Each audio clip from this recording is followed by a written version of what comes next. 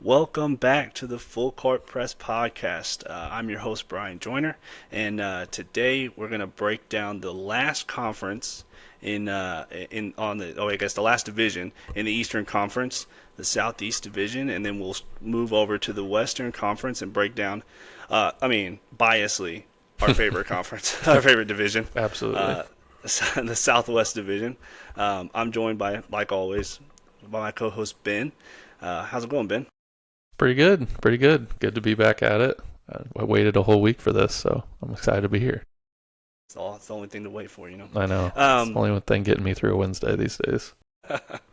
uh, so we'll start off, like I said, with the Southeast Division. I mean, we were talking about this before we started recording, and this division is rough. I mean, I don't understand what they're doing. But we'll start with the Atlanta Hawks in outside of Trey Young, who is obviously going to get you. They said 45 fantasy points a game. He averaged 48. He hasn't averaged any less than 37, and that was his rookie year fantasy points per game, which is awesome. But it's just other than him, who do you think? Who do you have your eye on? Um, well, I mean, I love Jalen Johnson. He's been a good pickup the last couple of years. You know, obviously coming off an injury, I think he'll be good to go start of season, but see if he rounds back into form where he was. Although I do feel like last year, at least where I had drafted him, he was performing well before his injury, but maybe not to the degree that I thought he would make that jump in his second year. So I'm curious to see now in his third year if he'll really pick it up or not. So I think he'd be my second choice. They did have a couple interesting additions this offseason. Obviously, getting Porzingis, that's a big add for them. So I'm curious to see if he'll play like Dallas Porzingis or Boston Porzingis, how they're going to use him. You know, if he's going to be more of the second option or if he's going to be.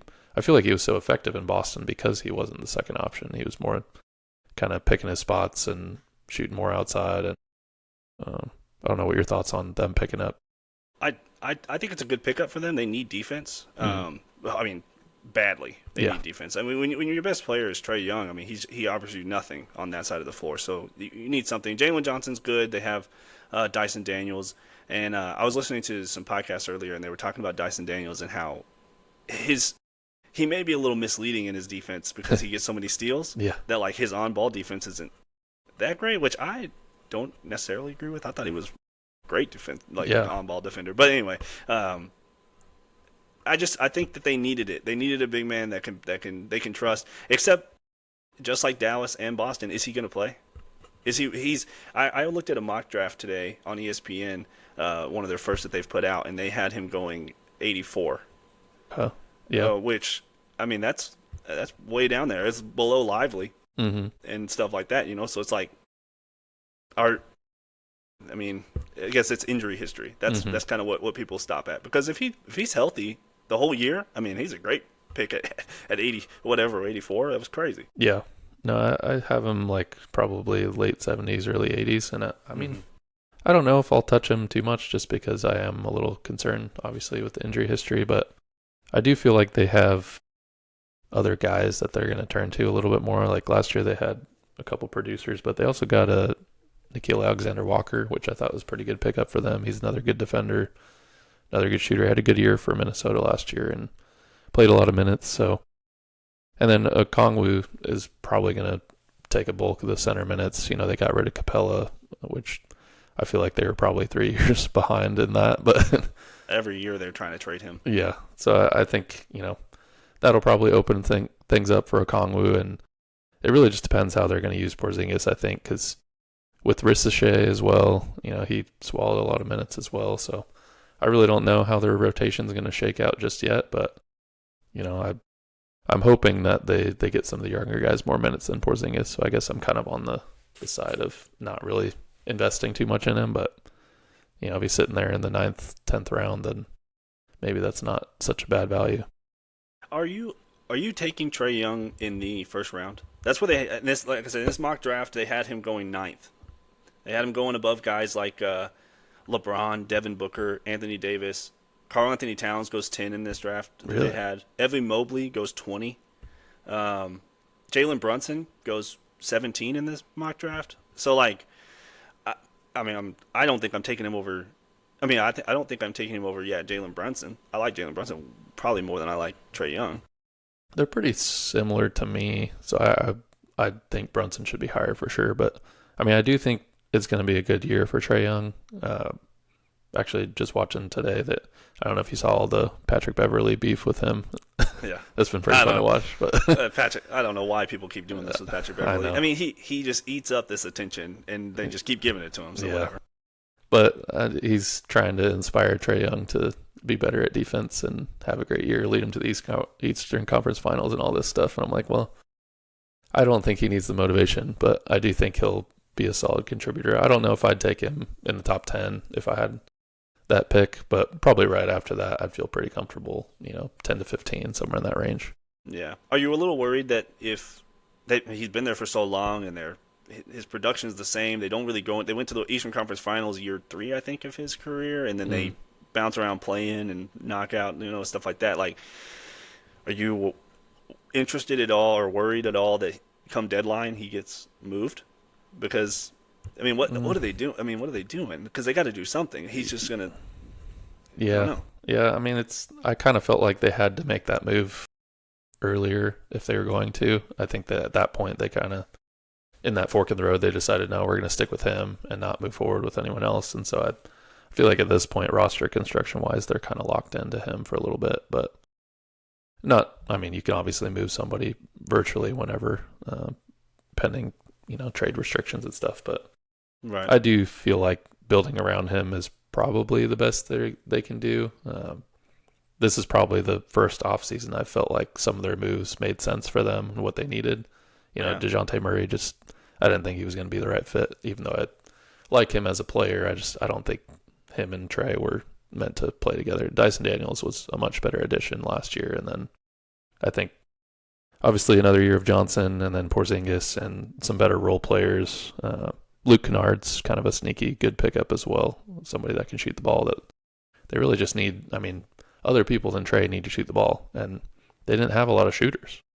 Trae doesn't shoot the ball that well either. He shoots it well, but like 35%. He's a volume shooter though, so he's going to get it. It's just it may be inefficient, but if you got somebody like Kennard and Alexander Walker on the side that are pretty good shooters. Alexander Walker not as much as Kennard, but I think Kennard's almost 40%. Like that's pretty solid pickup for them there. So if they can get more guys making shots, they were rolling out DeAndre Hunter and Capella and Okongwu. These guys just don't shoot. So I think they'll be a little bit more competitive this year. Maybe still in the play-in fight, but maybe somewhere around 7 seeds. In the East, everybody's competitive, in my opinion. I don't know. This conference just outside of like your top dogs like Cleveland and whatnot. Like, yeah, you're just anybody can end up. They could surprise everybody and end up like 4th seed or something like that. It's just something crazy. That's true. But you saw that with Orlando last year, pretty much. Exactly. Yeah. Exactly. We'll move on to the next group. Even worse. Just Charlotte gets better and better, doesn't it? Charlotte Hornets. Brandon Miller and LaMelo, and that's it. I don't know. Maybe some of the rookies. Maybe you take a chance on Concanipple or something if he gets a lot of minutes early. Yeah. Other than that, Colin Sexton. They say they're predicting that he's going to get 30 fantasy points a game. Like, I don't see that. I have never ever been maybe a as a starter. Guy. They must be talking about the fact that last year because he started for the Jazz. He's going to get empty numbers, So maybe they're predicting that he'll stay around that. And so, but I don't see him being a backup now to LaMelo. Mm-hmm. Now LaMelo gets hurt a lot, so maybe you take a chance on somebody like that really late round. They say ADP is 98 right now for Colin Sexton. So yeah, which is still too high for me. If he's hanging around on the waivers for some reason, then and LaMelo gets hurt. Oh yeah, right. Of course, instant pickup. But I don't really want to wait around for when there's other guys at least in that range that I'm like they have probably a higher ceiling that I'm interested in. I'm gonna take a chance on those guys. But for sure, I'm curious if they'll give more minutes to the young guys this year. They seem like, in at least last year, they seemed to give them a little bit more. I think it was probably more injury based than coaching based, but obviously you're going to have Ball, Bridges, Miller, but I'm hoping, Diabate looked pretty decent in some extended run. I'm hoping the rookies like Knippel and Kalkbrenner. I don't think Kalkbrenner will start. Maybe later in the year he'll be more effective, but if he can shoot, if he can really Yeah. shoot the ball from three, I think he brings a level of spacing that they need. Because their other centers don't shoot. Diabate and even Bridges isn't that. I don't know. I didn't know what he shot last year, but off the top of my mind, I don't think he's that great a shooter. I think he had a good year. Maybe it was 2 years ago. See. Because I felt the same way, and I think he was like 37 or something% from three, which was That's pretty good. when he was playing really well. I don't know if last year was that good, but he ended last year at 31, and Okay. he's gotten worse every year. Oh, I guess that's not true. He shot 40% in 2021, maybe it's that and year then then. and then 33, and then 34, and then last year 31. Yeah, So which I think he's probably about a 33 career, which is not Yeah. what you're looking for. But they just have so many random role players. Like I don't really see a rhyme and reason to the pickups that they make or the people that I think they had a good draft strategy this year. They got the guys they needed, but with the free agents they picked up and let go, I don't really see what their plan was unless they were trying to invest in the young guys. they're definitely investing in the young guys. They have to. They're going to have to turn this team over to Brandon Miller at some point because, LaMelo's entertaining and he passes the ball well and he scores, but he's just one of those empty number guys. Like he's just not. You're never going to really be contenders with him as your best player. Though they really need Brandon Miller to take a next step, and I think he can. I like Brandon Miller, his athleticism and stuff, but he gets, he has an injury history, so maybe. But I'd be happy taking Brandon Miller. Yeah, I do think this is the year for him. This is probably his breakout year if he has one. I would hope, this is best opportunity he's going to have most likely moving forward. I'm hopeful for it. I'd like to see them be a little bit more competitive and hopefully Ball stays healthy and they can at least have some sort of playoff run. That'd be nice. I think for not only for them as a franchise, but I think just for those players to really get those meaningful minutes and some of the younger guys get some development. And more of a streamer. We saw it firsthand. Spencer Dinwiddie's not he'll have 2 or 3 games where he'll score you 25 to 30 points. It's crazy. It's one of those things. Like if you see him start to kind of pick it up one game, I'd pick him up for a few games after that, and then you drop him very quickly. Yeah. Very quickly you will drop him. But I don't know. He's just one of those guys you can just keep on like a constant rotation in. Yeah. Kind of just see if he's available during a couple weeks where LaMelo's hurt and they're playing bad teams, because that's the only time he plays well is when they're playing bad teams. But in this division they'll have plenty of those games. So right. In this mock draft they have Brandon Miller going 5th round, 52. Really, which I'm higher on him than they are. I think that's a lot. I think that's pretty. Actually, I take it back. I think I'm right on with them. I think 5th round's okay. Like they have him around like Tyler Hero. They have Denny Avia going 51, which I know you like Denny Avia, but on Portland maybe. Anyway, we can talk about that whenever we get to Portland. But I don't know. I can see if he takes a step that could be a pretty good steal of a pick right there. That's how I would agree with that.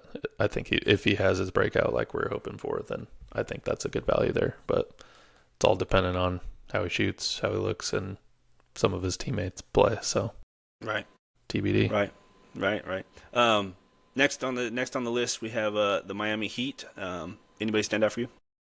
Yeah, they just signed Precious Achiuwa. That was kind of nice today. So he's standing out just because of recency bias. But no, I always been a big fan of Bam. I think he'll continue to get his this year, and they seem to be really building around him, which is nice. I feel like he's kind of fits the Heat culture, and he's kind of everything you'd want as center. Hard-nosed, hard hustler, and gets rebounds, gets you points. Not too much on the defensive side, but I know Tyler Hero is going to be out for a bit with his latest injury, so I think they're going to have a little bit more opening in minutes for some guards with Robinson being gone, and I'm not really sure what their plan is for replacing Hero. Do you got any thoughts? Well, for point guard play, I think they're going to go with the rookie, Kasper Shakachonis. Really? Well, yeah, I think. Well, who else do they have on their team to be their point guard? Yeah. I don't think they have an option here. I mean, Yeah. yeah, that's it. And as far as scoring, I don't know what happened to Jaime Jaquez last year. He had such a good rookie year, and then last year he just laid an egg. But maybe he bounces back. Maybe he has a better, gets off of the sophomore slump or whatever you want to call it. Yeah. I'm really high on Norman Powell. Okay. The way he played last year, and he kind of got the offense opened up to him, where finally he could just do whatever he wanted to, no repercussions. Mm-hmm. And he comes to the Heat, where now they're going to miss Tyler Hero. I think he gets an expanded role, even more than he did in LA. So I'm high on him. Yeah. Yeah, I do like that as well for them. I think since they still have Andrew Wiggins for now. Not long. He'll be a Laker. I do think Norman Powell's probably going to take over a lot more of his minutes and playing time with, because he kind of fits what Spoelstra's looking for in their offense. I think they need to have a scorer with Hero out. Bam's not really going to create his own shot for the most part, but I think if you need somebody to score, it's got to be Powell while Hero's out. Because Nikola Jovic made a good step last year. I'm hoping Yakutionis or Jokichunis, however you say it. I think I do want to see him get some run. I'm excited about him, and I'm hopeful that he'll get the point guard duties. I definitely won't draft him at any point, but I love starters, and if he's going to start at the beginning of the year, and he's going to turn the ball over a lot probably. Obviously it's just a rookie situation, so if you can fight through that and learn under Coach Spoelstra, I think we talked about this in the rookie showcase, or when we broke down the rookies, is that if you're going to look at adding rookies, really you should look at, are they playing for a coach that will put them in the right spots? And Spoelstra is one of those coaches that will do that. So that makes me higher on him to keep an eye on. But yeah, I think and Bam's interesting. He rebounds like crazy. He'll block a shot or probably a shot a game. Yeah. Get a steal or so. I just don't know. This is going to be the first season where he's the number one the entire season. Does he have the offensive game to carry that? Yeah. I don't know that. I've never seen, watching the Heat, I never see him score, just get him the ball, and he one-on-one scores. He's always like in the right place at the right time, floaters, kind of somebody, Jimmy Butler attracts attention, he cuts the middle, that kind of stuff where he scores, he gets the bulk of his points. I'm just interested to see if he can carry an offensive load, which if he can, then I think taking him second round is great. Yeah, but it's kind of to be determined if that'll be his role or not, if they're going to roll everything through him or not. I'm pretty interested in Khalil Ware. Obviously a great rookie year last year. I don't know if him and Bam played a little bit together last year, but they didn't really experiment too much with them getting minutes together, which makes sense because they're both not really shot creators, but I'm hoping they'll get more time together because I do like both of them athletic centers. One of them needs to, I'm looking at the stats. Bam Adebayo shot 35% from three last year. Khalil Ware shot 31. They need to space the floor. In this day and age, you're not going to have two centers or whatever. Bam's a power forward, I guess. If you clog the paint, it's just never going to work out for you. So if Bam can step out and hit a three, that opens things up for Ware. If Ware can go up to about 35%, then that really could open things up for both of them. But we'll see. Yeah. As always, they'll always be in competition for a play-in spot. So yeah, there's going to be people that become, I think, a little bit more available on the radar fantasy-wise as the season goes on. But I think the first couple of weeks it'll kind of just be Bam and, maybe Powell to start things off. But yeah, I'm always I always find myself seeing that Fontecchio seems to produce when he's on, with the Grizzlies for a while and stuff. And he's a guy I always keep an eye on because he does a little bit of everything. Mm-hmm. So it's a nice guy to fill at the end of the bench, where he's going to get you points, assists, rebounds. He's just going to kind of do everything and end up averaging like 12 to 15 fantasy points a game. So it's like that at the end of the week that ends up being pretty good if he plays more than 2 or 3 games a week. Yeah. In a week, which he may here with the Heat because they tend to find players like that. Where I feel like when he went to Detroit last year, I was kind of bummed to see him not get so many minutes because he has, like you said, been pretty productive when he plays. It's just all of a sudden all of his playtime got stolen by Tim Hardaway Jr., and that's never a good thing. Yeah, that's tough. Moving on to the best team in this conference or this division or conference, maybe we'll see. Well, we'll see. Probably not the conference with the Cavs the way they are, and the Knicks, but the Orlando Magic. They have, I mean, they're the best team in this division, and they have the best player. Which is Paolo Banchero. Really? I really like Paolo Banchero. Yeah. I really like him. If he can up the 3-point percentage a little bit and be more consistent with his free throws, he's a killer. They have him going ADP 35. Mm-hmm. I think I'd take him second round maybe. I like him into the second round. You think he's going to make that jump with his free throws and shooting? Yeah, I do. I think he's a hard worker. I think that he's motivated by last year kind of having it taken away from him. He was so good. Him and Franz were playing awesome at the beginning of the year, and then they both have the same hip injury or whatever. Well, I think it was a hip. Pretty wild. I was like, how do you both tear the same muscle? You got to look at your medical staff at that point and go like, what are y'all doing? Somebody's just in the back, just checking them. Right. So I think that he takes a step. I just really like he just has the body and the build and the game to be a really productive player. Yeah. Well, let me give you this small riddle here.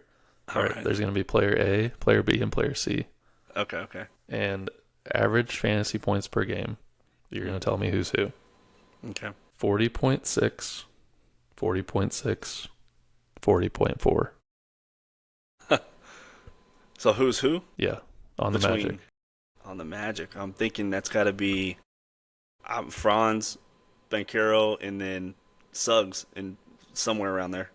Not Suggs. Not Suggs, huh? No. Oh, man. Who we got? I don't know who else would even produce like that. Well, he wasn't on their team last year. Was it Bane? Yeah. Yeah. I love Bane. And looking at their ADPs, we have 32, 35, and 38. So they're all like just neck and neck with each other, which I think is pretty intriguing for the Magic. Not just because they're the Magic and they've kind of been bad for a while, but I think like they're all a different position. You got Bane, shooting guard. Franz is pretty much a small forward, and then Paulo could kind of be 3 or 4, but so they're going to be your starters there. Throw in Suggs, who I do think will be probably a lot better this year and healthy finally. So that's a pretty solid starting 4. Oh, yeah. Yeah, and their center is going to be probably, I don't know, I guess Wendell. Yeah, I think he'll probably start. I did like Budadze a lot more last year. I think he might fit better because he doesn't really have to look to score. I feel like Wendell is a little bit more of a scorer than Budadze is. Does Mo come back? Yeah, he's back. So does he step in there? I know that he played pretty well for him when he was playing last year, and then he yeah. I mean, him and his brother have that chemistry, so I mean that's always an added bonus. But I think they can kind of rotate that spot and be pretty efficient in what they're doing. Yeah. Oh yeah. I just think that position for them doesn't really, not that it doesn't matter because they need somebody to play to hold the defensive end in the paint. But I don't know. Do you give it any thought to Jonathan Isaac at all? Oh man, it makes me think of a podcaster that we listen to that calls him a concept or an abstract thought because he's just never there. But I mean, he was back last year and they kind of managed his minutes well, and he is productive when he plays. I don't have a lot of confidence that he will be available all the time, but I do think in his limited minutes he is useful as an NBA player. So I'm hoping that he is a contributor for them. I just don't think at least fantasy wise, he's not going to be somebody I'm going after, but we'll see if they pick up his minutes a little bit more. I think he was only maybe 16 to 18 minutes a game last year, so he'd come in and get some points, he'd get a steal and a block and be on his way, but yeah, they were 15.8. 15.8, yeah. So they did a good job of really easing it back in, but I just, especially with all the wings that they have, they can kind of rotate in any of Bane, Boncaro, Wagner, Silva got some pretty good time last year too. So I think the factor for him is if he can get back to shooting the way he shot at the beginning of his career. He got to 37% 1 year for back-to-back years. Last year he shot 25, so that's terrible. But like you said, he's only playing 16 minutes a game. He played 71 games though. Yeah. So he's got it. I think with that he should have earned some trust to be able to play more. Do they trust him to play 30 minutes a game? Probably not. Yeah, but if you're getting 24, that's definitely doable. So if they approach that, I'd be interested in him at that point. But because I do think he's got a good skill set. He knows how to play exactly how he wants to play. It's just, like you said, if he's not going to shoot well, then he's not really helping him out. Right, and that's the only way he's going to score. I mean, you're not going to have, with Paolo, with Franz, with Suggs, these guys, there's only one ball. Yeah. I don't know, like we talk about that, but like it matters. There's only one ball to go around to these players. Yeah. Which I feel like they kind of rotated a lot last year. It was one night Paolo would shoot 25 shots, and then the next night Wagner, and then right, which kind of brings down their value. I mean, I don't know. Like, do you think at some point the Magic go like, we got to choose between these two because they're the same player? I don't know. Possibly. Like, I mean, that's kind of how I feel, but Franz's playmaking is better than Paolo's, but Paolo's not a bad playmaker by any means. So it's just like, I don't know. Yeah. Maybe they just live with the luxury, but I think at some point they're going to have to choose because they just stagger. They just step on each other all the time. Yeah. And so, yeah, I don't know. I agree. Well, that's kind of why I was happy they brought in Bane, because I feel like he's kind of the same player as them, except that he's more of a spot-up shooter, and he doesn't have to have the ball in his hands to do what he needs to do and be effective. But I'm thinking they'll probably have to choose somebody down the road, depending on. I mean, if they make a good run this year, then maybe they figure things out and they don't have to worry about it so much. But I think it's going to be hard when you go up against teams like Cleveland with their big centers. And, I mean, Oklahoma City last year, some pretty big guys, and they just don't really have that, I think, at least enough to defend against them and create some offense, put some pressure on the middle. Yeah, right. Exactly. To round out this division, we're going to talk about the Wizards for probably the shortest amount of time. All right, and that's all we need to talk about. That's all you have to talk about. I don't know. These guys, I mean, maybe you take a chance on Sarr. Maybe he takes a step. Maybe he shoots it pretty well. CJ McCollum, he's, he can score. Let's just say that he scores and he can pass. And on a bad team, who knows what he'll put up? But he's trying, Jennifer. And then outside of that, what do you think? Do you think Koulibaly? Anybody? I mean, yeah, I've got a couple people I like. I mean, I do think Alex Sarr makes a jump this year, so I'm pretty interested in him. If he hangs around into the 7th, 8th round, absolutely sign me up, because I think you saw last year in flashes that he has what it takes to be very productive. They just kind of were wishy-washy on, are we going to run everything through him, or are we going to let Jordan Poole do Jordan Poole things? And unfortunately, they're a bad organization, and they got swindled by Poole. But I do think I like Bub Carrington quite a bit. I did too. Very inefficient, turned the ball over quite a bit, but if he can figure out some of that, I do think playmaking-wise, if he's setting up Sarr, and if McCollum's kind of a veteran presence showing him the ropes, and Chris Middleton's there too, so I mean, they've got some guys that can hopefully help in the development of some of these young guys that are coming in. And I'm not as into Koulibaly. I do think he developed more last year. They gave him more time, and he can produce a little bit, but I think I'm much more interested in Carrington, and I'm trying to think who else. There's one guy on here that I'm really I'll keep my eye on. I don't know if I'll spend a pick on him or whatever, but I'll keep an eye on Cam Whitmore. Yeah. I think he's got all the potential in the world. He shoots 35% from three. Rookie year he averaged 12 points. Last year 9, but he went from 18 minutes a game to 16. Mm-hmm. He just had no opportunity, which I cannot understand. He had no opportunities in Houston. I think he must have done something behind the scenes where they just didn't like him. Right, because I was wondering about that. Like, why they drafted him pretty high. No, they stole him. He was supposed to be like a lottery pick, maybe top 5, and then he ended up dropping to like 20. Oh, that's right. No, you're right. But who did they trade to get him? I don't know if they traded anybody. I think he just fell to him. Really? I don't know. I don't remember exactly though. Well, I mean, this year in the offseason, did they just sign him, or I thought they traded him as part of what deal was that? Let's see, I can look it up if you want to talk about anybody else. Yeah, I mean, I am curious about Whitmore, just because his ADP he's actually draftable, but is he actually going to get that playing time? I'm not sure, but I like Vucevic. He came into the last year, and he's a good, outside floor spacer, 3-point shooter, big man, and I think he can kind of become valuable towards the end of leagues depending on how many teams you have, but maybe not in 10-man like we have, but I think if he gets more playing time, he could be pretty productive. 2 second-round picks. That's it? That's it. Yeah. What were they thinking with him? Like, I mean, maybe they had it in their mind that they knew they were going to get KD. So I mean, I guess so, yeah. like just get rid of this guy. I really do think there was something there. I didn't, I don't know this, but I think there was. You have a guy with this much talent, mm-hmm.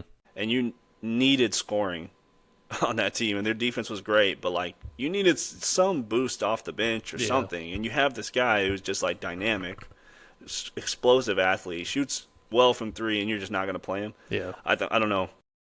I think maybe Udoka does that with players. I don't know, but he comes from a Popovich line who he has no nonsense, so maybe he's not trying that hard in practice or something, and who knows? But with the Wizards, they don't care. Yeah. So sign them up.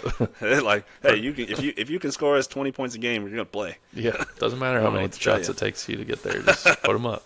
Right. And on a team like this, I mean, he could come out and tear it up, but I don't think they're gonna start him over guys like Middleton, or I don't think they start him over Trey Johnson. I like Trey Johnson too. I think Trey Johnson's the sneaky rookie of the year if Cooper Flagg kind of is limited by his role. Mm-hmm. I'm under the assumption that the NBA is going to play a part in this and say, like, we have a guy here who's predicted to be the future of the league. Mm-hmm. There's no way Cooper Flagg loses Rookie of the Year. Just no way. Yeah, unless he gets hurt or something.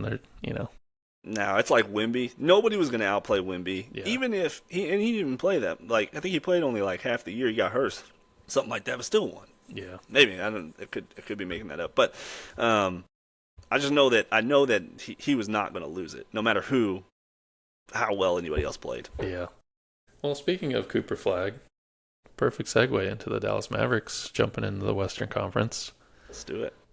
Traditionally, I've always started with the Pacific Division, but Southwest sounds so much better, so we're going to start with them.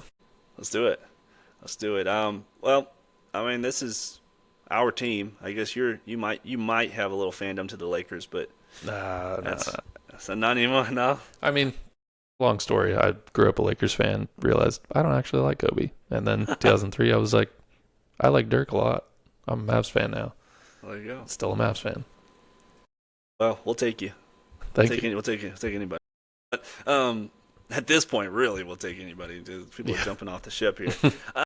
Okay, so the Mavericks, we'll talk about it. I mean, Anthony Davis is their clear number 1 first-round pick. Mm-hmm. They had in that draft, I told you, they had him going like 14, which I think is absurdly low. Oh, yeah, that's way too low. It's got to be top 10 easily. Yeah, 14, right on the mix of like Devin Booker, Tyrese Maxey. Nah. I can't. Maybe I should have looked at this mock draft a little more. They got Zubac going 16. Okay, yeah, we'll talk about him, but I do like him. I like Zubac, but anyway, that's a whole another day. Anyway, this team, Anthony Davis, great. If he plays, great. But Yeah, I feel the like big every the year big they're interest just is inventing a new injury for him. Like, oh, he yeah, right. subluxated his left quadriceps. Yeah, his left phalange. Yeah, Um, the big question I think with this team, obviously Cooper Flag is a question mark, but these centers are good. Lively and Gafford, it's whether or not one of them is going to take a step above the other yeah. and play because they have played 2 seasons together basically now, and 24 minutes each one. Hmm. It's crazy. They just perfectly stagger these guys. Yeah, Um, somewhere in wherever he is, Scott Brooks is just clapping incessantly. right, He right. loves the split Oh man, centers. loves it. Um, I don't know. I think I prefer Lively, I guess, but Really? it's hard because yeah, Lively's just he doesn't rebound as well as I want him to. That's just me. I watch every game of the Mavericks, so Yeah. like I watch him every time. He is not the most sure-handed guy, I think, and He's so very like clumsy. he's very clumsy, falls down a lot. Anyway, but fantasy-wise, if he does what Mark Cuban says he's going to do and shoot the ball, I think that could open it up because Yeah. Gafford at this point in his career is who he is. He's not going to do. He's not going to shoot the ball. He's not whatever. He's very efficient. He's always number one, number two in field goal percentage each year. Hmm. But if Lively can shoot the ball and shoot it at I don't know 30%, maybe a little above 30%, it just gives them an option that Gafford can't, and so they're going to start playing Lively more. Yeah. Yeah. I'm hopeful for that because I think I prefer Gafford over Lively, but mostly kind of in tandem with what you're saying of Lively just doesn't shoot, which Gafford doesn't either, but he around the rim is just nasty. So every time I've watched Gafford when he was with Washington a lot, and I had him in a lot of leagues, so I would kind of paid a real close attention to him. So I like the way he plays a lot, and I was super happy when they picked him up. Yeah. I just don't think he's not reaching his potential because they're splitting minutes.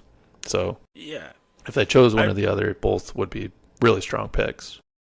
I really thought they were going to trade him for a point guard like Kobe White or something. Yeah. Just because the way they did his contract, where they signed him to an extension, but just below the Hmm. number, like it was like a couple 100,000 Yeah. below the number that they needed to in order to not have to in order to trade him still right away. Hmm. Um, I was like, you must have something set up. Somebody has called you and said, I want Lively. I mean, I want Gafford. Yeah. You know, let's make a deal or something, and then it just didn't pan out or whatever the reason why. Yeah. We'll never know. But yeah, I see on this list the ADP for Gafford 66, where Lively's 116. Hmm. I can't imagine that's the case. Sixth round for Gafford and 11th round Yeah. for Lively. Yeah, I guess that'd be 7 and 12, but yeah, even then, I'm still not. I'm not that high on Gafford. Like I'm reasonable in my appreciation of his skill, but they should probably both be in like the 80s or 90s, most likely. Yeah, I would say that. I'd say that, and then but Lively also what this team needs more than anything as well is their point guard play is D'Angelo Russell, and that's it. I mean, Yeah. maybe Brandon Williams can do something, or they just signed Dennis Smith Jr., so they're going to have a battle in camp between Brandon Williams, Jaden Hardy, and DSJ, Yeah. and I can see them waiving Hardy. Yeah. Because I think that Brandon Williams gives you everything that Hardy can give you, except he's more efficient.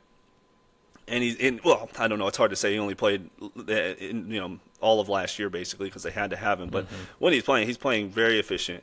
And DSJ, they need a perimeter defender. They need somebody they can put on the best point guard on the other team. And Caleb Martin's there, but if he can't shoot like he did last year, Yeah. he's not playing. He's just not. I don't think he is either. I mean, how do you feel about DSJ coming back? I love it. You do? You don't like it? Just from a defensive standpoint? Yeah, I mean, I think he's a defensive specialist. They don't need him to do anything else. I mean, he's just going to come in and mess stuff up for 10, 11 minutes a game, maybe. And then if he makes the team, I don't know. Yeah. Um, mess some stuff up. Be a bulldog out there. Just go out there and tear it up for a couple minutes, and then sit him on the bench. I guess he may be a more effective Dinwiddie. Yeah, I think Dinwiddie's not giving you anything defensively either, but at all. Right. Even though he claims he's a great defender, but he's not. Anybody else on this? I mean, I love PJ. I think he gives you everything. Mm-hmm. Every stat that you can possibly think of, he's going to give it to you. If he can shoot the ball like he did a couple years ago and last year from the corners and stuff, that is high value.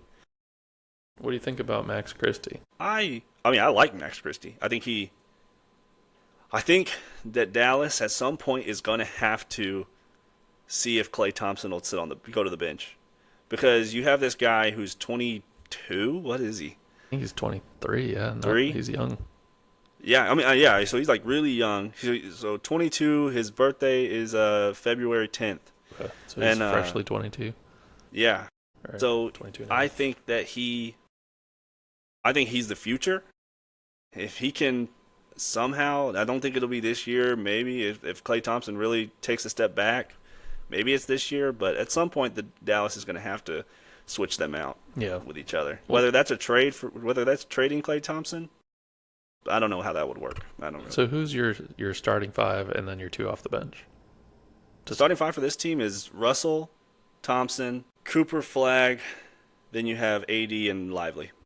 And then your two off the bench are PJ and I guess Gafford. But okay, yeah.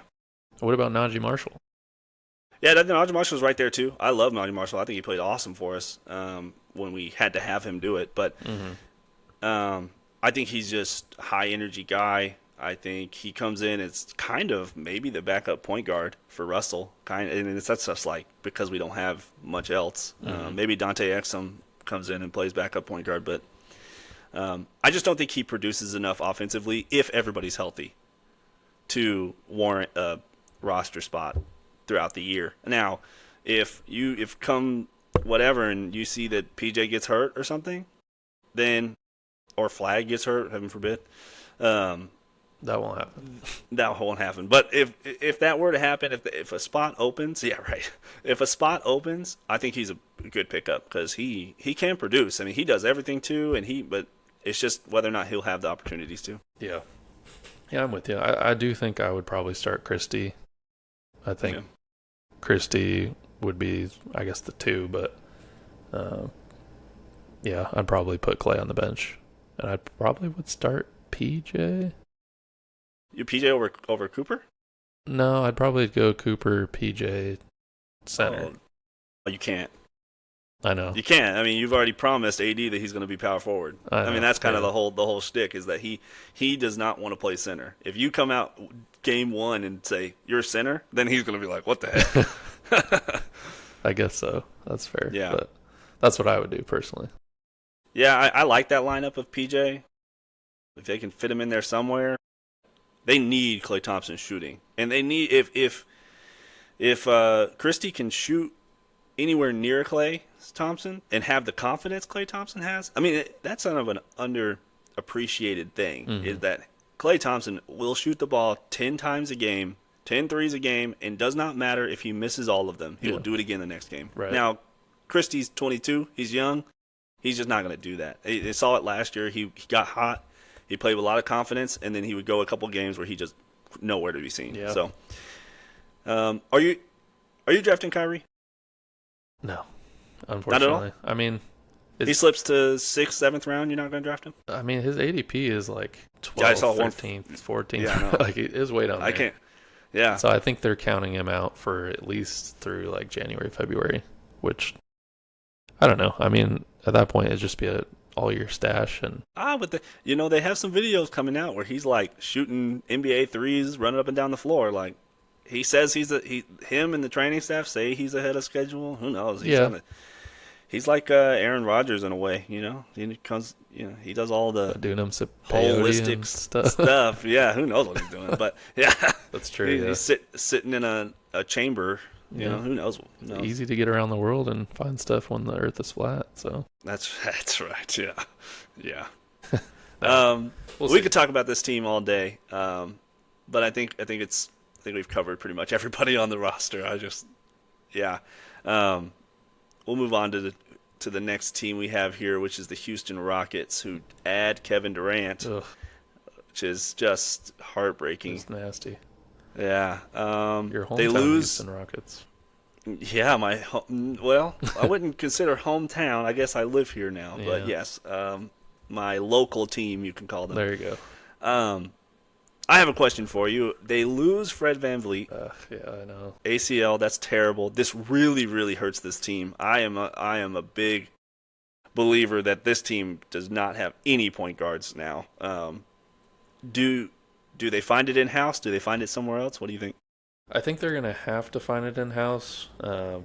Just looking at contract situation, I think I was reading they only have like a couple Yeah, million to that's it. They like can't even one do a point. vet minimum. Yeah, it's like they have nothing. So, because my first thought was you're gonna hate it, but Russell Westbrook, Oh, he's that's what on the everybody keeps market. saying. Which Yeah, he was in Houston before, so he's familiar. But they need somebody, and I just don't think they have it in house, unfortunately. Which means they're gonna have to turn over more to Amen Thompson, and they're gonna have to turn over more to, I mean, Reed Shepard, I guess.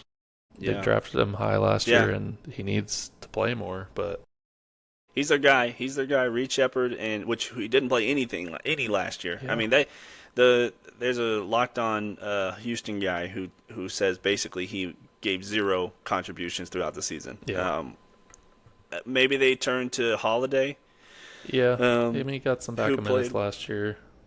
He's just a journeyman guy. He's just not gonna. He's not moving needles, like. And I feel bad for Amin Thompson because he's not a point guard. Yeah, He's just not. right. It's cool that maybe he can get some skill there or something, but if you're gonna maximize his potential, it is not putting him at point guard because you don't have anything else. Yeah, I think realistically, what's gonna happen is they'll run a little bit more offense through Şengün. Yeah. They'll obviously Kevin Durant's gonna get the ball a lot, and then they'll probably try to work Amen Thompson in. But I think realistically, what they're gonna do is they're gonna survive till closer to the deadline, and then they're gonna make a deal for somebody that's on their roster. They're probably gonna drop some of their role players and try and sign somebody at that point. Because I think they'll be good enough to survive the first 30, 40 games and be over 500 and still be in the mix, and then they'll make their move then. But whoever's going to be available at that point, they may have to give up some pieces, but I think that they have got pieces that they're expendable. Do they? I guess I don't know what they're doing with their center position. Why sign Clint Capella? Yeah. Why do it? Like you have Steven Adams, Mm-hmm. you have Sengun, who showed that they can even play together Yeah. on the floor. They played that two big lineup was great for Yeah. them. What I said when I was watching in the playoffs, I was amazed that they pulled it out. Well, they still got Why? Jabari Smith that they decide to play and then not play, and Yeah, well, they were talking about him. He needs a point guard. I know it's terrible. When he plays with Fred VanVleet, he played great with him, but then he doesn't create for himself. So he needs somebody to create for him. And I mean, Thompson just wasn't there last year, and so yeah.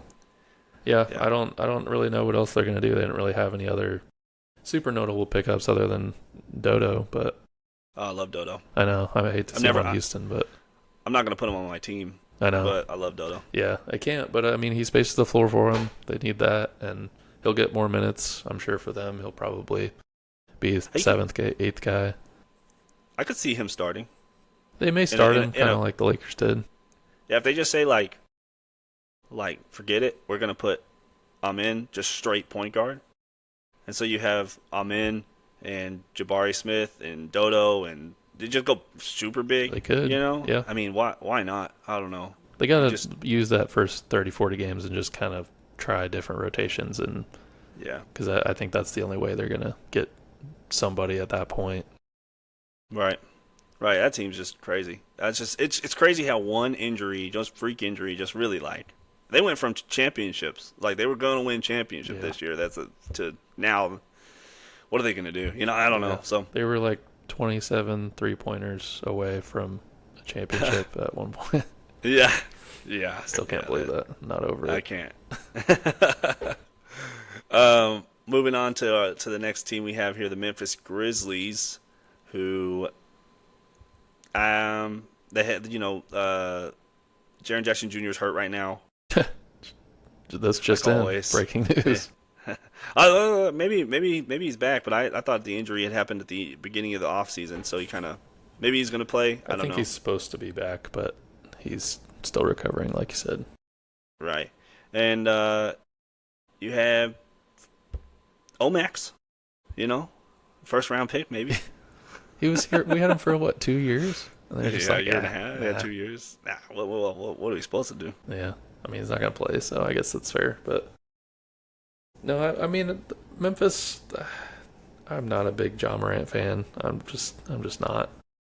I was intrigued. Like his first year, I was like, oh, this guy could be cool, and then every year he just kind of annoys me more and more. But obviously, he's a good player. It's just, is he gonna stay healthy? Is he gonna stay mentally healthy? Is he, you know, they lose Baines, which I think is a big piece for them, It's and huge. I wouldn't really say that they replaced him with anybody comparable. Who did they get back? They got Kentavious Caldwell Pope and They got Ty Jerome from Cleveland, which he's supposed to get a lot of minutes. Uh, they just straight signed him. yeah, yeah. In that trade, did they get a pick? I think they got picks, yeah, because they didn't get any real players from them. So I think they just got picks. Yeah, It was like three they got firsts and KCP, Cole Anthony, and multiple first round picks. yeah. So, but I don't even think they kept Cole Anthony. No, he's on I Milwaukee. think they cut him. Yeah. Yeah. So, So they're just out here doing Memphis things. but people liked them. People were like, "Oh, well, they're going to finish playoff team." It's like, when? How? How are they above Dallas? Yeah, who are these Or people? I don't. I just a lot of locked on guys. Is kind of what I follow. But yeah, outside of John Morant, Jaren Jackson Jr. Are you? I mean, Edie has an ankle injury right now. I think he had surgery on it, but Mm-hmm. I don't think that's going to keep him out too long. But that is worrisome. Guy that big starts having foot and ankle injuries. I don't know. He played a lot more than I thought he was last year. I thought he was just going to be like a. I thought they would just start him and play him like 10 minutes a game just to start him, just to give a different look. But Yeah. they committed to him. Yeah, they did, and he played pretty well to his credit. I don't think I'm super interested in him. I'd be more interested in Aldama. Just he seems to be a little bit more efficient, a little bit more of a floor spacer. Can create his own shot if he needs to, but I'm interested in him. I think he got a little bit more playing time last year. I think he'll continue to get more this year. A couple other guards that I like. Scottie Pippen played well last year. Mm-hmm. I know Ja was out for a bit, so I'm curious how are they gonna play them two together, you think? Scottie Pippen and Ja? No, I think they'll back. I think Scottie Pippen will back him up. Okay.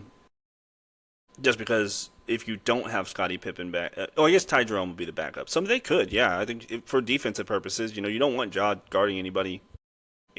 Yeah. The more switchable defenders you can have out there, the better you are for that team. Yeah. I do take it back. I think they could start him. I think I'm high on Wells, Jalen Wells, and Gigi Jackson.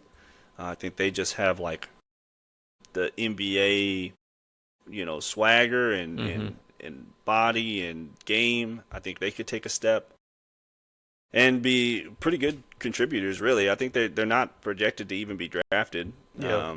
On a lot of sources, but I think you get later on in your draft, around 14 or so, and you're like, I'll take a chance on one of them. Yeah, I'd like Wells personally. I think he's gonna get probably more playing time than Gigi, and I'd like to see him get at least comparable numbers to Scottie Pippen. I think he's a better defender and maybe not as much of a passer, but I think he just didn't have as much volume as Pippen had last year to prove that. So those are probably their three guards, and throw in Jerome. That'll be their four that they rotate through. But yeah, I mean, who's going to start at small forward for them?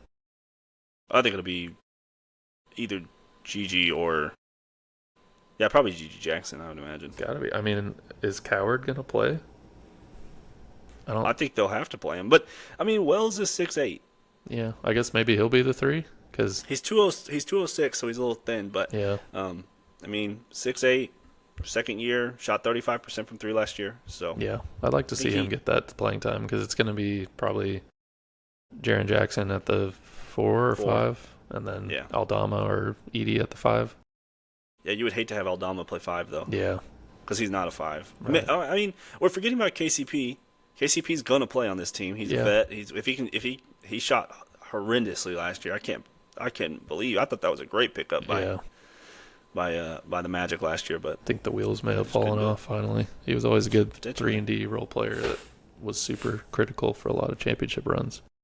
Seems like Denver has that effect on people. Yeah, I mean it's like their Bruce Brown KCP mold that they just spit people Think out about 'em. and then Yeah. they end up going back. Yeah. So next year, watch KCP Yeah, revenge back to tour. Denver. Back to Denver. Yeah, Do you have anybody else you want to mention? not particularly. I mean, they added a couple other players, but nobody really notable. I think. I watched a lot of Summer League, and this guy I was very impressed by. PJ Hall. Yeah, I don't think he plays at all. no, Unless he gets there's some injuries. Unless that season turns real bad. But the guy can shoot. He played at Clemson last. Yeah. He looked good in Summer League. He was everywhere. He's getting rebounds, blocking shots. He's right place, right time. maybe if they find themselves Just in need of instincts. shooting, I Yeah. mean, did they pick up Pat Spencer or was that someone else? I think it was someone else, but I mean, Cam Spencer. Yeah, they have Cam Spencer. Sorry, I was thinking of Pat Spencer on the Warriors last year. He played like the right. last 20 games or something, and No, could be something like that. I think he re-signed with the. Anyway, Yeah, yeah. It's just I don't know. He didn't shoot well in college, but yeah, just a guy to keep an eye on, I guess, if things go bad for them, which it happens. Especially with Jaren Jackson Jr. You can chalk up that he's going to miss time. yeah. But he'll still get 3 blocks somehow. Yeah. All right, moving on to the nope. Nope. Yeah, right. Nope. I'm not drafting anybody from this team. I don't think. Nope. Well, I'll take it back. Have you seen Zion? Yeah, he looks like just a Guy looks machine. great. What happened to him this offseason? I don't know, but he's done it one other time, and that was 2021, and he was awesome. Yeah, And so I'm not saying he's going to do it for the rest of his career, but that guy, if he turns it on, I'm in. So this is the year. This is, I think. Well, I'm not going to say that, but Well, I'm saying that. I think. oh, you're saying I think that. this is the year he's either becomes what he needs to be or he's done. Oh, yeah, Like I agree. Joe Dumars is being pretty harsh on him right now, and he needs that. And I mean, they added some veteran pieces that can help develop him as well. So I'm hopeful for him. I think I'd be interested in him 3rd round because if he plays hard, which he doesn't usually, but if he does and he's healthy, then he could be easily a top 30 player. I have a stat on him. He played the end of last year. Mm-hmm. He played 28 minutes a game for like the last few months of this season. He averaged 24, 7, and 5 in 28 minutes. Yeah. They did like I hate these per 36 numbers. Yeah. I think they're the stupidest things because like you'll have Edie play 5 minutes and get 4 rebounds and they'll be like, well, he per 36 40 rebounds a game. It's like, give me a break. Yeah, you're like, well, since when is the game 36 minutes ever? Right. And so like whatever. So they're like, oh, he would have averaged 34 points a game. It's like, nah, well, maybe, but that's ridiculous. Anyway, are you fears? I mean, you liked him in the rookie I did. breakdown, Yeah. but I didn't. But hey, For the record, he didn't. I did not. No, I do still like him. I'm kind of thinking maybe he's not going to play as much as I thought during that preview. Just looking at their roster and some of the pickups that they did make, I could see him coming off the bench and getting some playing time. But I mean, Who plays over him? I mean, other than I guess Alvarado. well, they have Alvarado, DeJounte Murray's there. They say he's healthy, but he tore his ACL in February.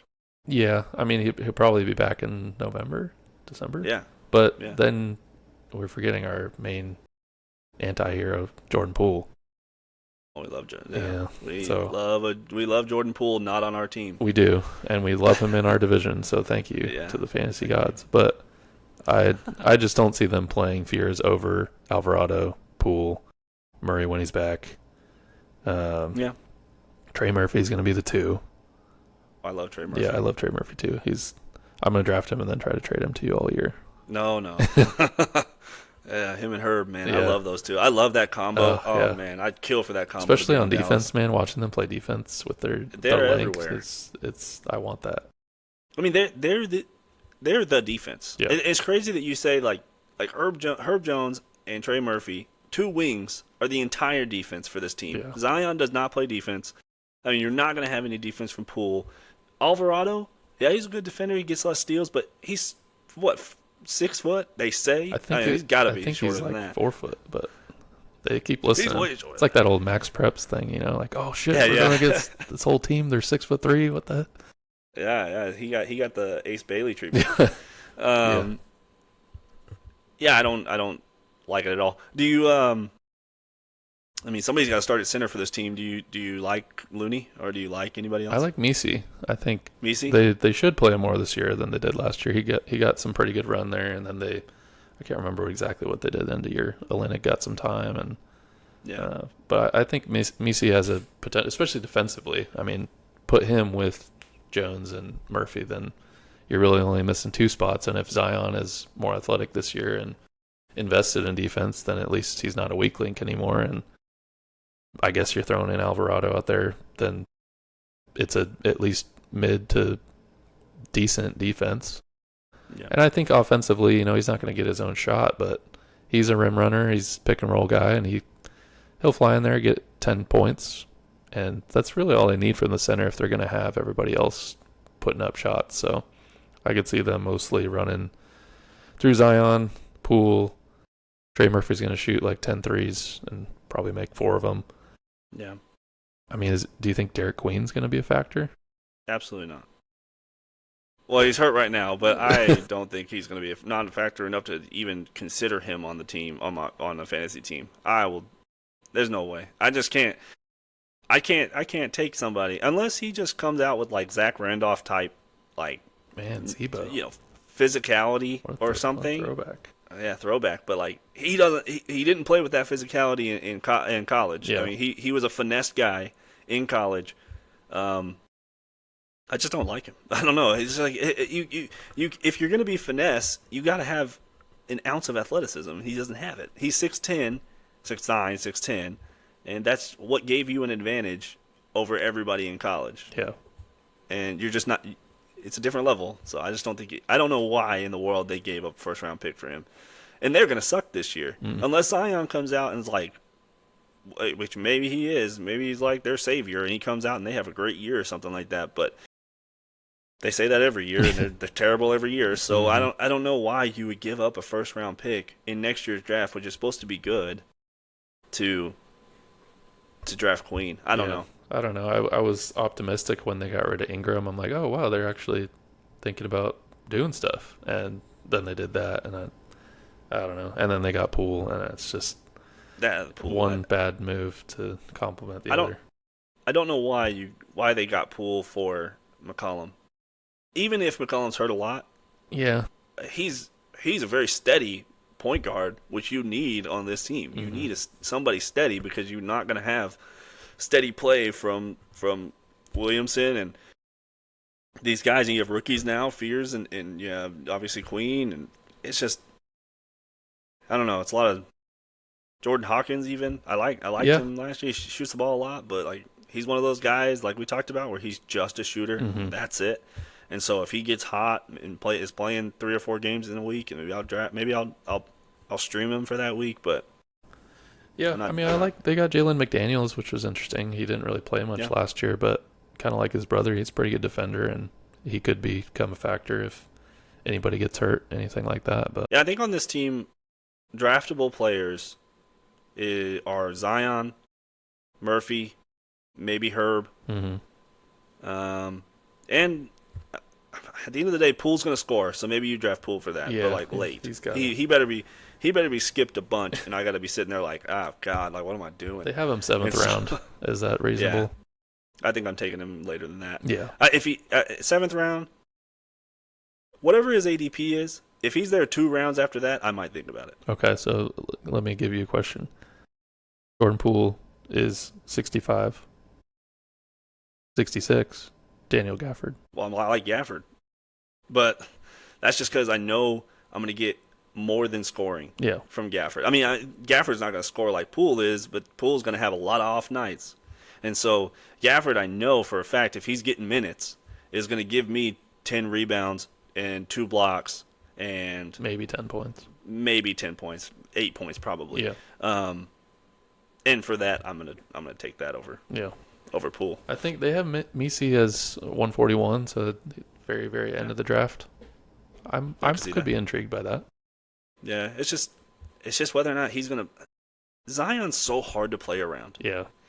And with Yeez, him and Looney, both of them, they're paint cloggers. They're not going to do anything else. They're just going to sit in the dunker spot and watch Zion Williams go balling through everybody. Yeah. And I don't know. I don't think they don't have anything offensively, so they better be getting well over 10 rebounds and a couple blocks to make it worth it for me. I think we need, at some point in their careers, we need to make an all NBA style team, but it's just with players that can't play with other people like Trae Young, Zion, and just throw together the squad and see what happens. I think that'd be great. Russell Westbrook. That'd be awesome.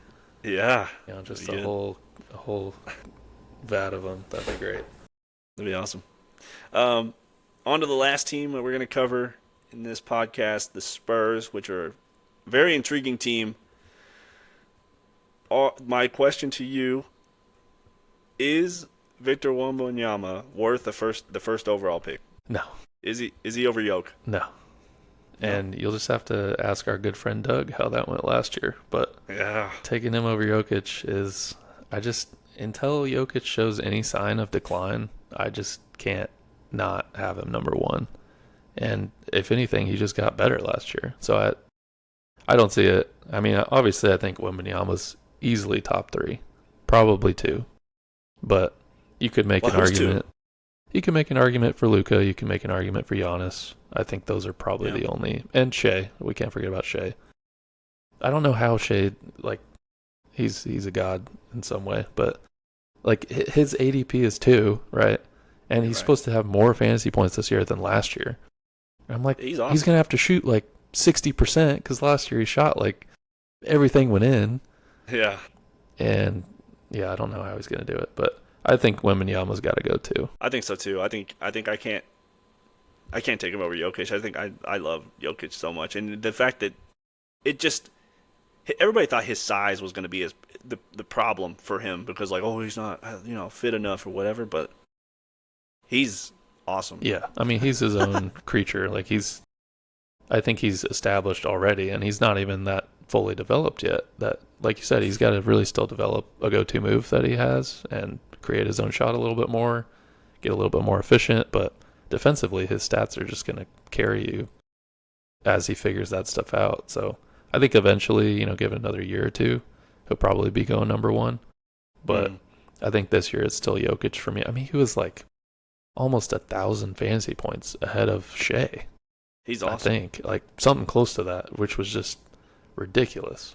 He gives you everything, and he plays every game. Yeah. He never misses a game, and he does everything for you. I mean, you can't beat it. I don't know, So that's why it's why in previous drafts, whenever Luka was coming in healthy, it's hard to battle between those two. But you knew Jokic is going to play 80 games, and Luka's not. So maybe this year Luka will give him a run for his money. I hope so. I hope so too. But I'd still go probably Jokic, Wembanyama 2, probably Shea 3. Yeah, Shea or Giannis. Yeah, probably. I don't know. Probably Shea. I don't know. It's hard to say because Giannis has no competition on his team, where Shea is the number one. He's probably going to be the number one. But does Jalen Williams take a step forward? Does Chet take a step forward? And they start going hey, Shea, we need you for later on. Yeah. Let's spread the ball around. Where Milwaukee is guns blazing. Giannis is the guy. Mm-hmm. Give him the ball every time. There's no other option. Yeah. So. Yeah, I think there's a good argument there for either of them at 3. I'd probably put Luka 5 after those 4. Yeah, somewhere around there. So on this team, what are you doing with the point guards? What are you doing with Fox, Harper? Great Castle. question. I've played fantasy basketball, I think, 12 years. I have never had De'Aaron Fox on any of my teams. Not once. I just don't. For 8 of those years, you've never had him. At least. It's his 8th season. You got me there. I didn't have him when he was in college. I mean, that's a true statement. Yeah, of course. But, I mean, he's going 3rd round. Maybe early 4th round at worst. They said 27. That's crazy to me. They think, he was, what would you consider him last year as an option on the Kings? Was he the number 1, number 2? On the Kings? I think he was... Probably 2. It's hard because, he was probably 2, but I think he was the number 1 option going into 4th quarter. And so Sabonis almost becomes like a just a pick guy in the 4th quarter. So then Fox gets stat stuffed in the last quarter. But I'm interested to see his development with Wembanyama. Yeah. Because I think Wemby needs him to be all-star level to open up the floor for him.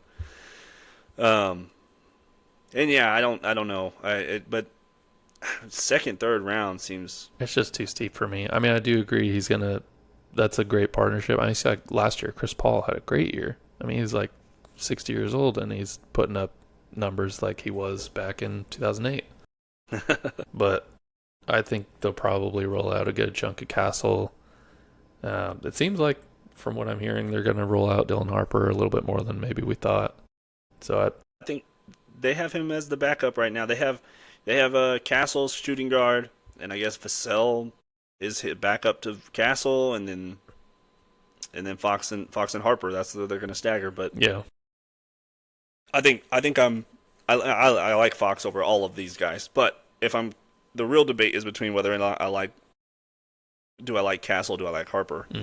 And I think I like Harper more. I think I'm leaning towards the fact that when Harper's in the game, it's going to be him to do whatever he wants and make mistakes and whatever, and he's going to turn the ball over. But like, that's going to be his second unit. Yeah. And he's going to play a lot with Wemby, but I don't know. I like Dylan Harper's potential more than I like Castle's potential, especially scoring. Castle just didn't shoot the ball well last year, so if Dylan Harper can come in and shoot the ball at any sort of high clip, then I like him way more. Yeah, I'm agreeing with you on that. I think, especially value-wise, Castle's going to go a lot higher in your draft.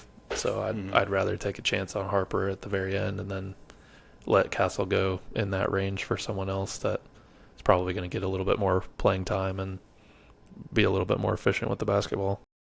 For sure. Is there anybody else on this team? Let's see. We got Harrison Barnes. You're probably not taking him. I like Harrison Barnes. He's a vet and stuff, Barnesy, but former Maverick great. Keldon Johnson. Between those two, they're going to be your small forwards. They're going to get the bulk of the minutes. I don't think either of them. Keldon Johnson can get hot, but like you're getting another mouth by Harper being on the floor. So like, right. I don't know how you're going to spread the ball around.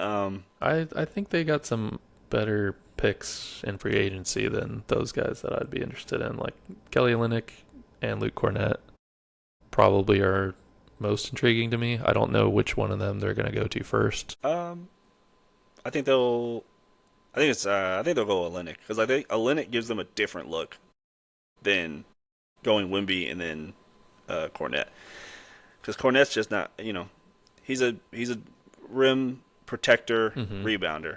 That's pretty much it. But you don't think with Wemby he'll be able to fill that role a little bit more? Because Olynyk will be spacing the floor too, kind of like Wemby does.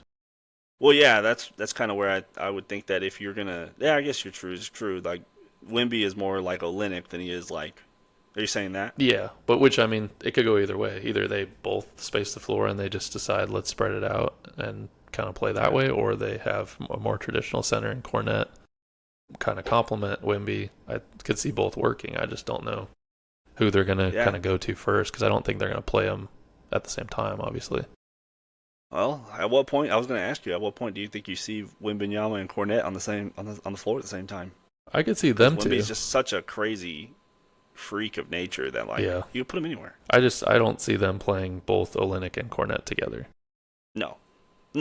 So I don't think one of them's probably not going to have much of a role this year, that I'm thinking. Yeah. Barring injury, of course, but I think Olynyk's probably going to get more run. I'd like to see more Cornette, just because I think he probably fits better with some of their guards, to where he doesn't have to. I feel like Olynyk has to have the ball in his hands to be productive. Yeah, I mean, if he's going to give you any type of scoring, he's going to have the ball in his hands to create his shot, because he's not battling for offensive rebounds. No, and he's a pretty good passer too. So that's a lot of his value came from assists and scoring. And if he's out there with Fox and Castle and maybe Harper, and I just don't see him getting the distribution as much. So he's just points at that point. He's a career 37% 3-point shooter. Last year, 41.8. Yeah, it's pretty good. I mean, that's why I see him spacing the floor. But if Wemby's going to ever develop his outside shot too, then maybe they won't. Maybe they'll go Cornette more. Right. I think this team is interesting. This team is definitely one I'm going to watch to see where they're given minutes. Are they giving minutes more to Vassell? Are they giving minutes more to Castle? Are they playing through Castle more than Harper? What's Barnes doing? Is he a part of the offense? Is he just a corner guy? Because Barnes is not a defender, so if you're going to get value out of Barnes on your team, he's got to score. You got to give him the ball to a little bit. But we'll see what they do. Maybe they start to make the shift from Barnes to Johnson. Yeah, they kind of, to me, they feel a little bit like the Mavs, except they're a lot younger. So a lot of their same problems that we have in roster construction, they just have with youth rather than established vets. And they're flipped. We have crazy center depth and forward depth, and theirs is guard. Yeah. So we'll see. They're an interesting team. I think this whole division will be pretty. I think they'll be pretty even as far as talent goes and putting it together, outside of maybe New Orleans. But if Zion's there, then maybe everyone's kind of same boat. Yeah, I think the Texas Triangle is going to be tough for teams. Yeah, especially when you have to play them back to back to back. Yeah, which a lot of teams do. That's true. But no, that was our breakdown of the Southeast and Southwest divisions. Next time we're gonna keep on with the Western Conference and go over Northwest and Pacific. Last two, and then after that we'll start looking at mock drafts and maybe doing some of our own. Maybe we'll do like a live while we record, kind of go through and our thoughts and stuff. But thank you all for joining. Thank you all for listening. Please like, subscribe, follow us on all platforms, and have a good one. Absolutely. Get us above 50 YouTube views. We can do it. Yeah, that'd be great.